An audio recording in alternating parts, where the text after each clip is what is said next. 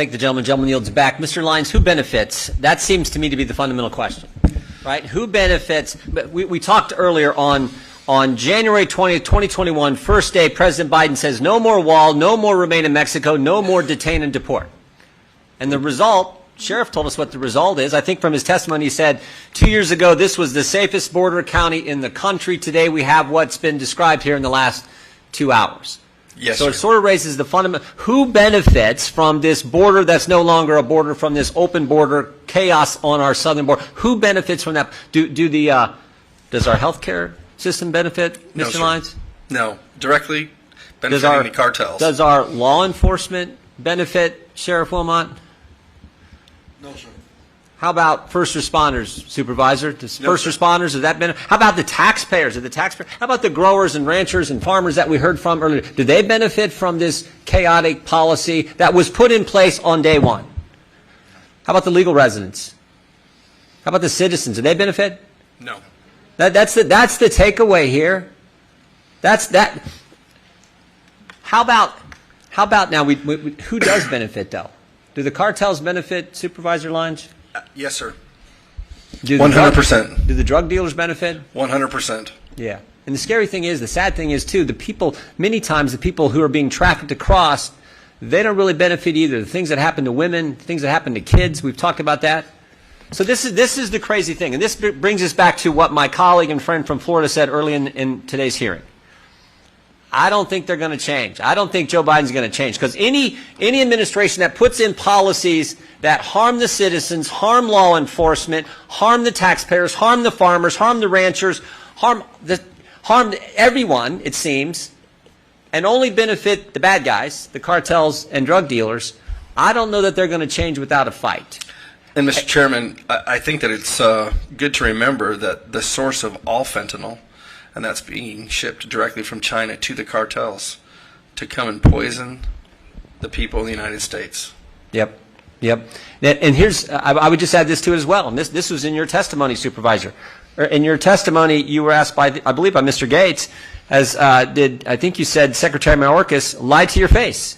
That was your testimony here today, under oath, here today. You took the oath when we swore you in. You said the Secretary. So if you have an administration that you pay for, your tax dollars, pays for the federal government, they come here, they promise to work with local government, work with the local community to better the situation, and then don't deliver on their promise, the only way we're going to fix this is a fight. And the way our system works is when you have split government, you have to do it on the appropriations bills. We are going to have to attach on the appropriation bills, say, look, if you don't start enforcing the law, as Mr. McClintock pointed out, if you don't start enforcing the law, we're not going to fund certain things. I mean, not our law enforcement, not Border Patrol, we need that, but other things, we're going to have to do that if we're going to remedy this situation. Yes, sir. That's how bad it is, that's how serious it is.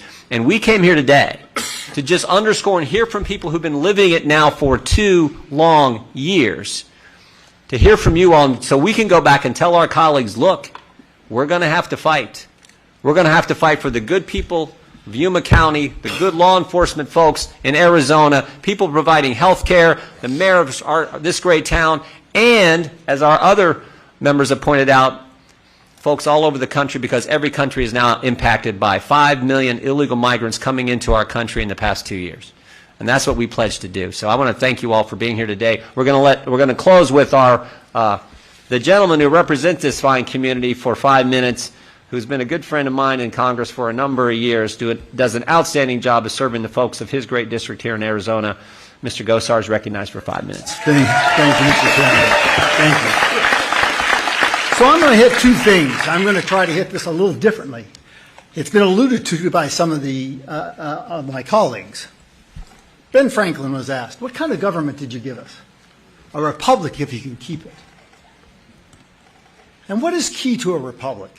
The rule of law, accountability, and defined defensible borders.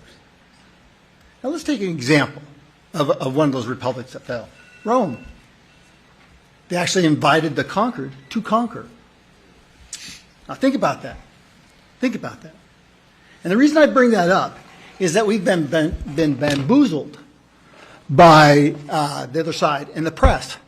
That there's only 10 or 11 million illegals in this country. That's not true.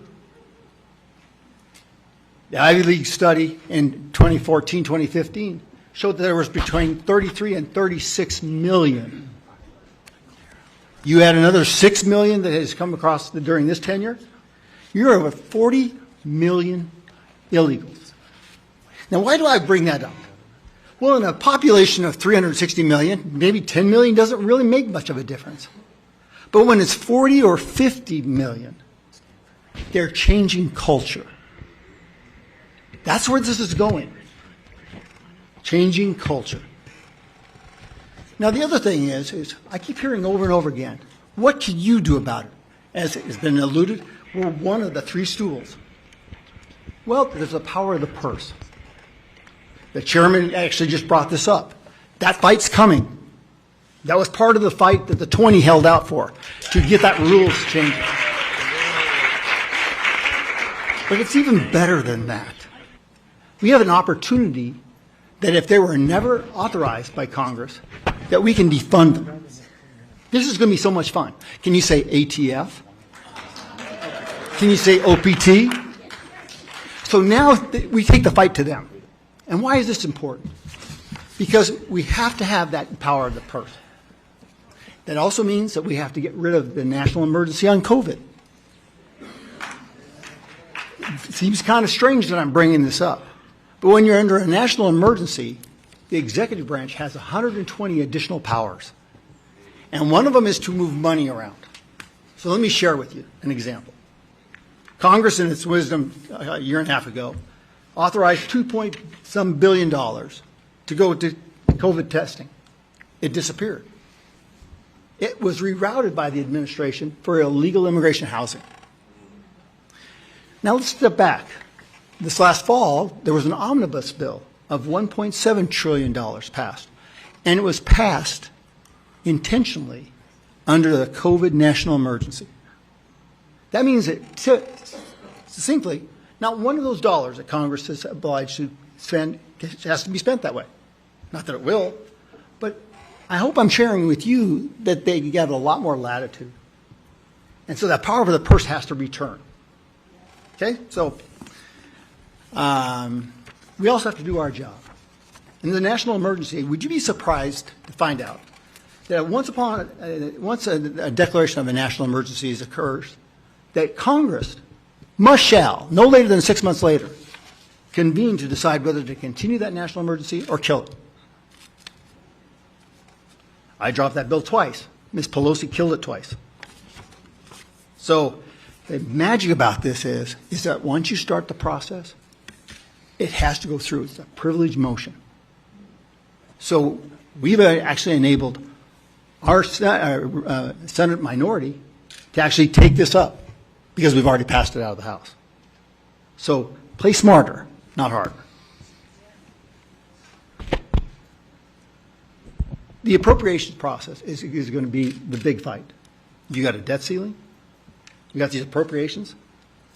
Finding these programs, rules, agencies that were not authorized by Congress is a good step in the right direction. Because we have to get back the levity of equal justice under the law. We've been asleep at the wheel for a long period of time, folks. We saw this in the Obama administration. With Fast and Furious, Benghazi, the IRS. It's countless. Who's paid the penalty for it? Nobody's paid the penalty for it. And that they can do this to a president, they throw everything at him, and not one thing has been found on the eye. That's one of the founding principles that's failing now in our republic. So trust is a series of promises kept. I hope that you'll look at us. And when appropriation season comes, they told us they were going to march up there. They were going to get the power of the purse because maybe we can earn your trust again. I'm going to end because I'm a person of accountability. I do animes. I take full responsibility for those things. So I believe that there has to be a personal touch to this. So let me go through the roster of who's not here.